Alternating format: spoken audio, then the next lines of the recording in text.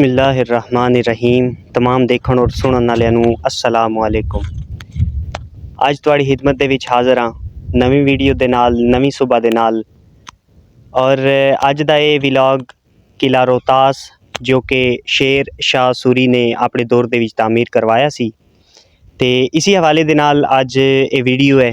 और वीडियो ਨੂੰ आखिर तक देखना है और मज़ीद अच्छी वीडियो वास्ते साडा चैनल जिहड़ा है वो सबसक्राइब कर लो, ताकि और भी बहुत प्यारी प्यारी और मज़ेदार वीडियो तुहाडी खिदमत च आंदियां रहन।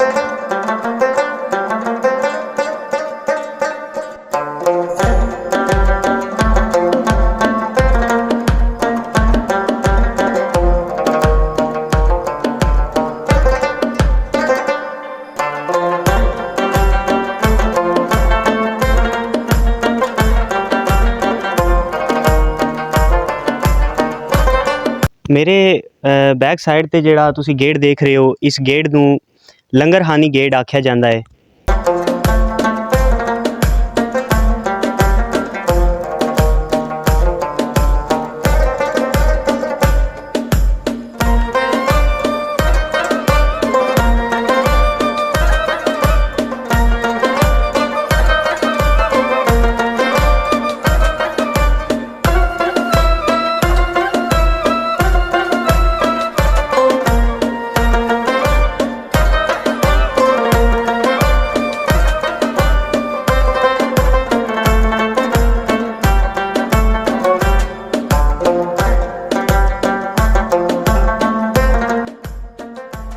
और इहदे नाल साडे राइट साइड ते अगर असी देखिए तो बादशाही मस्जिद है जो कि उसी दौर की तामीर शुदा है।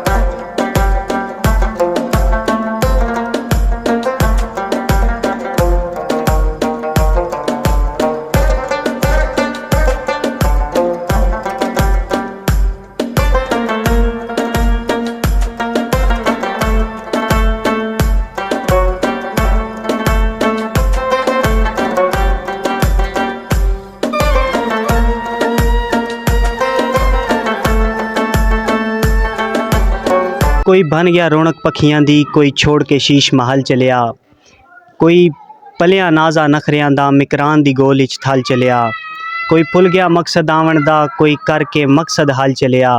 इत्थे हर कोई दर्द मुसाफिर है, कोई अज चलिया कोई कल चलिया।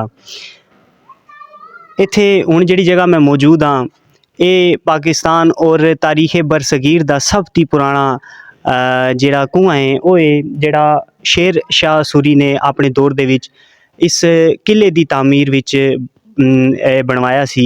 और इस दी तारीख अजे तक ये वे कि इहदे विच हले तक जिहड़ा पानी मौजूद है। और ये अपनी बिल्कुल एक तो किला अपनी हस्ता हालत विच है, लेकिन ये अपनी खूबसूरती विच हले भी जिहड़ा है वो पूरी पावर दे विच है। और बकायदा इहदे तुसी मीनार देख सकते हो जिहड़े अपर तुहानू नज़र आवणगे। और इहदी खूबसूरती जिहड़ी है वो अज दे जिहड़े मजदूर लोग या मिस्त्री लोग ने वो कदे भी नहीं बना सकते।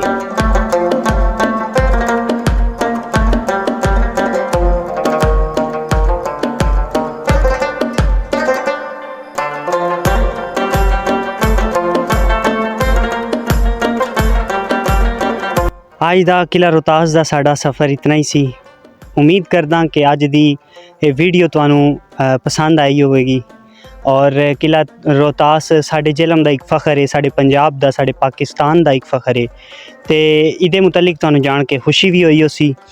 ते मज़ीद वीडियोज़ वास्ते साडे चैनल नू सबसक्राइब करो, ताकि मज़ीद तुहाडे वास्ते अच्छी वीडियोज़ लैके आ सकी। अपने दोस्त उदार रहमान नू इजाज़त दिओ। अल्लाह ने के बाद।